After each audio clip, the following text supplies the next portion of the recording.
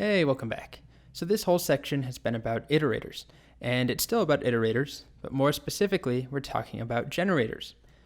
So generators are iterators. They're a subset of iterators. Every generator is an iterator, but not every iterator is a generator. So what are they? Well, they're basically a quick and easy, a short way of creating iterators. And they can be created in two ways. The first is with generator functions, which use the yield keyword. We'll come back to that. And the second is by using generator expressions, which you may recall we talked about very briefly in the built-in functions section of this course. But let's start by talking about generator functions. Okay, so generator functions are just a regular old function, except instead of using the return word keyword, we're using the yield keyword. And instead of returning once, a generator function can return more than once or yield more than once.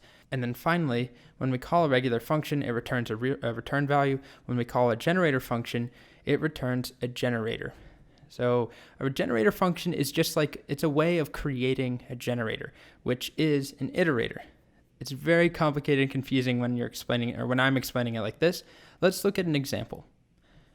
So here is our first generator function, which returns a generator. So I'm just going to copy this and actually go to a terminal, open it up, and paste it in. Okay, so it's called count up to, def count up to max. And notice this is just a regular function syntax. We start with count equal to 1. Basically every time through, we check is count less than or equal to max. If it is, yield count. So what yield will do is it will return the value of count and then pause. And it will stay that way until next is called on count up to. So it's an iterator. So every time we call next, when it hits yield, it returns the value of count and it stops right here. It doesn't even go to this line, it stops right here. But then next time it resumes, then it adds one to count, then it goes back around, does the while loop again, yields count, and then next time through, adds one, and so on. So to use it, if we just call count up to 5, for example, there we go, it's going to return to me a generator object. So that's the special magic in Python. If you write a function and you put yield in it, anywhere instead of return, it's going to give you a generator object. So this itself is not a generator. This is a generator. It's a generator function. It creates a generator for us when we execute it. Okay, so now if I save that to a variable, let's just call it let's call it counter equals count up to 5. Once again, I reference counter. I can't execute it like this. It's not callable. What I do is I call next on counter. And it gives me 1, first time through. Next gives me 2, and then 3. What's happening here is that it is keeping track of its state. So unlike a regular function, you run it once and you run it again, the same thing happens. It doesn't remember what happened last time. This is different. Each time through, when we call next, it doesn't store everything in the past. So it never has all of the data in memory at once. 1, 2, 3, 4, 5, 6, or whatever the numbers are here. But it keeps the most recent one, it yields and stops. And then next time through, it discards that and adds 1, and then it keeps that. And next time through, it adds 1 and keeps that. So it only knows one thing at a time. But it's storing one thing at a time. Every time we call next, it just gives us the next thing. Until we keep going and we get that stop iteration.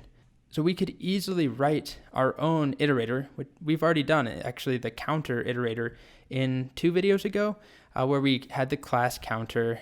Where are you? Here? Yep. This does basically the same thing, except we can specify a low and a high. In my example here, we're specifying a high, and that's it.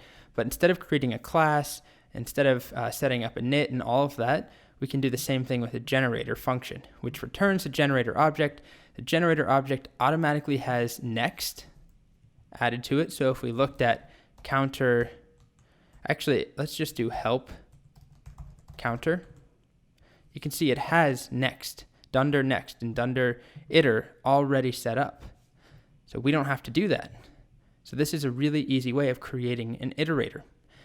But remember, we don't have all of the data at once. We get it one thing at a time.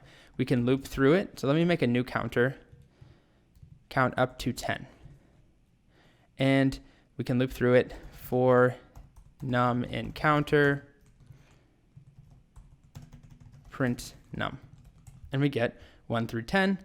If I did the same thing, but I called next on counter once, and then I do my for loop, we get 2 through 10.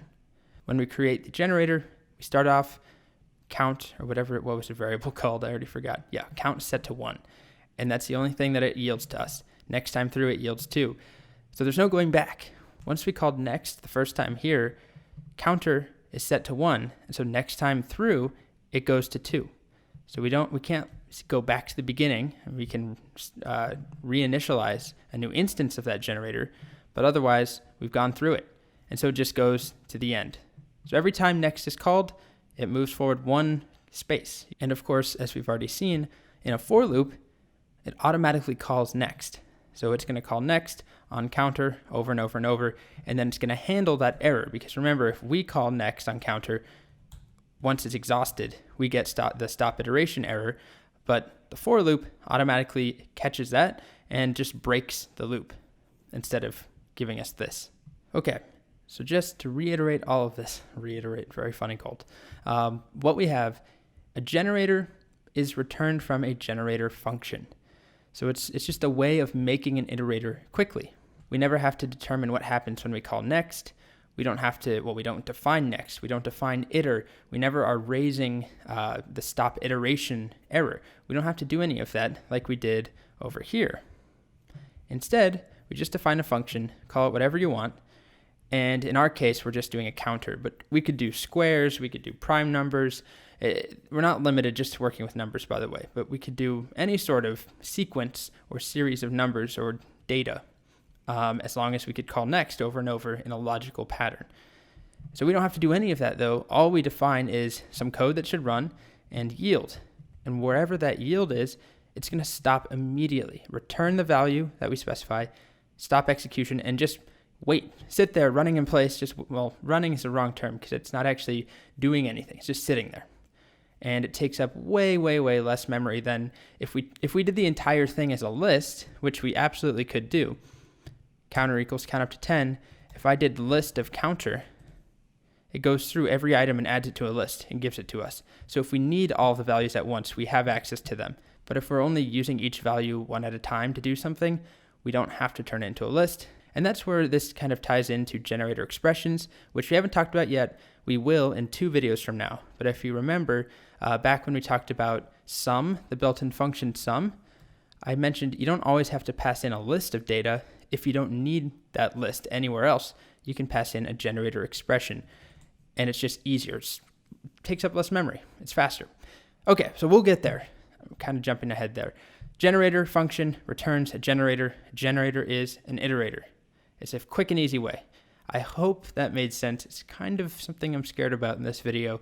It's just difficult, kind of weird stuff. Okay, leave some feedback and comments if you have questions. See you in the next video. We're going to define another type of generator that is an infinite generator.